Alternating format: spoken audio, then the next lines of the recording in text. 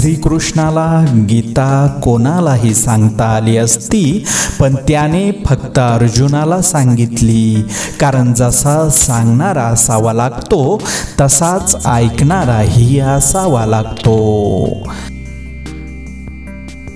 चांगले करूनही जर काही लोक तुम्हाला वाईट समजत असतील तर तो तुमचा दोष नाही.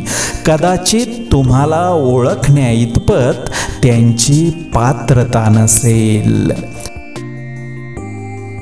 एकच आयुष्य आहे, मेल्यावर काय होते माहीत नाही. जीवनात प्रेम आणि मैत्री अशी दोनच नाती आहेत ज्यांना नियमांची गरज नसते. कोणी मनाशी जुळलं की मैत्री होते आणि मनात शिरलं की प्रेम. जिवंत असल्यावर तरी मेल्यासारखे जगू नका. आयुष्यातला प्रत्येक क्षण जगून घ्या.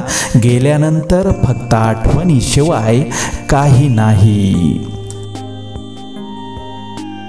माणूस आनंदामागे धावत नाही तर आनंदाच्या संकल्पनेमागे धावतो. विशिष्ट प्रकारेच आनंद मिळायला हवा. हा अट्टहासच खरं तर दुःखाचं कारण बनतो.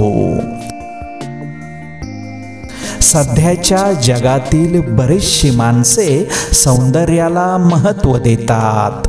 ते माणसाची वागणूक, माणसाची विचारशैली ही फक्त चेहऱ्यावरूनच ठरवतात.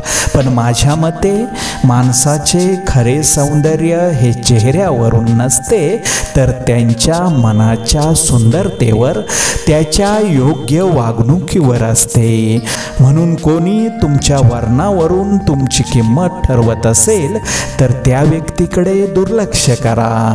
कारण मौल्यवान व्यक्तीची किंमत ही जग ठरवत नाही तर ते स्वतः ठरवतात.